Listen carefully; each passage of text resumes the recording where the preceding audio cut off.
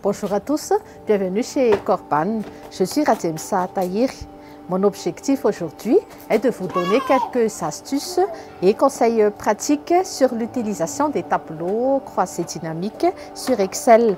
Restez jusqu'à la fin. En premier lieu, nous allons vous communiquer les avantages et les fonctionnalités des tableaux dynamiques sur Excel.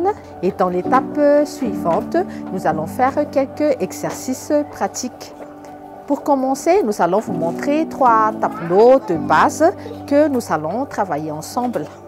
Dans ce premier tableau que nous voyons en fond d'écran, nous remarquons que pour chaque ligne, nous avons les totales déjà par fonte de chaque mois.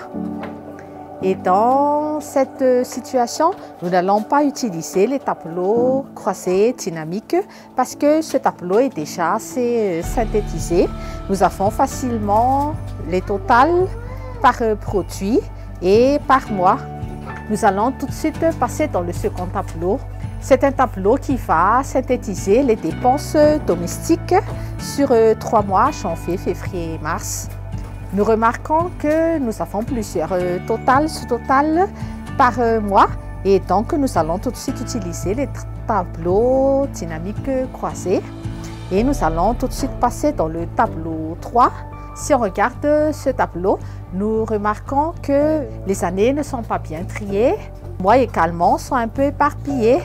Dans ces cas-là, nous allons tout de suite utiliser les tableaux croisés dynamiques. Comme je vous ai dit tout à l'heure, dans la seconde partie, nous allons voir ensemble plus en détail ces 3 tableaux, mais je vais vous expliquer les avantages ainsi que les fonctionnalités des tableaux dynamiques. Voici tout de suite les touches qu'on va utiliser. Menu, insertion et par la suite onglet, tableau dynamique croisé. Voici les principaux objectifs d'utiliser les tableaux dynamiques croisés. Ces tableaux vont nous aider à grouper, combiner et ensuite combiner tous les chiffres qu'on aura. D'habitude, quand on utilise Excel, nous utilisons les filtres en haut. Mais avec des tableaux compliqués, les filtres ne seront pas suffisants pour avoir les données. Et donc, si vous voulez, dans les tableaux dynamiques croisés, on aura le système de filtres plus élargi, comme on verra dans la seconde partie. Maintenant, nous allons tout de suite entamer la deuxième partie.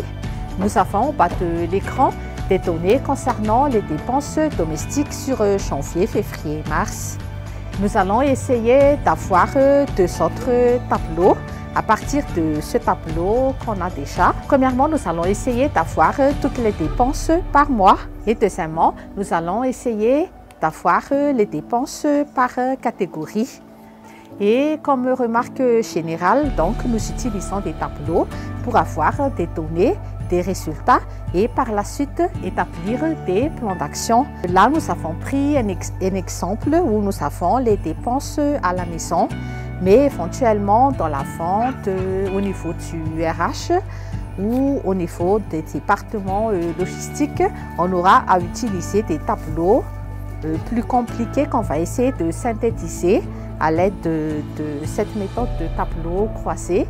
Et comme je disais tout à l'heure, on va essayer d'avoir des données et par la suite de mettre en place des nouveaux plans d'action. Et on va passer à notre deuxième tableau. Ce deuxième tableau va concerner, à titre d'exemple, la vente, le département marketing. Je disais auparavant, les années ainsi que les mois, comme on remarque sur ces données, sont un peu éparpillés. Mais quand on utilise les tableaux croisés dynamiques, on voit tout de suite que les années vont être par défaut bien triées. Et nous allons essayer donc de reproduire des tableaux plus synthétisés où on aura toujours en fond d'écran des données par produit. Les performances de vente également, comme je disais tout à l'heure, on va essayer aussi de les trier vraiment par année pour bien respecter l'ordre chronologique. Il est important d'avoir les performances par commercial. Éventuellement, on a des projets où on doit réviser nos systèmes de primes ou comme tout à l'heure, on essayait de voir les performances par produit.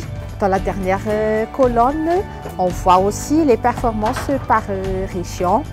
Il se pourrait que dans certaines régions, avec nos données, on a vraiment des performances de vente très élevées avec certains produits et on pourrait envisager à partir de ces tableaux de recruter des représentants également parce qu'il se pourrait que le nombre actuel n'est pas suffisant.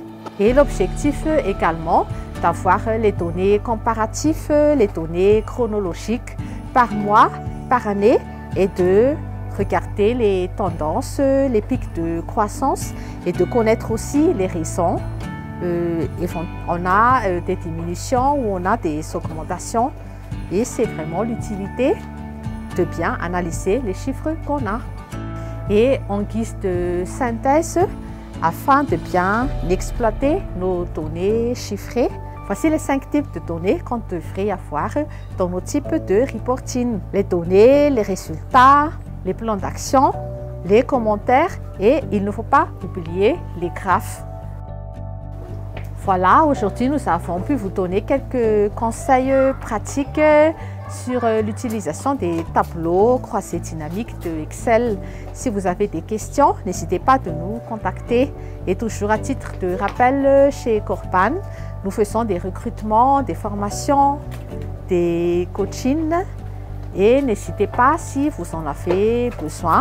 Et comme on parle de Excel avec les tableaux dynamiques croisés, nous avons chez Corpan des formateurs certifiés qui peuvent donner des formations à des particuliers ou des sociétés pour des personnes par groupe.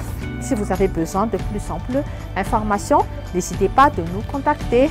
Merci de votre attention et on se donne rendez-vous sur une prochaine vidéo. À bientôt.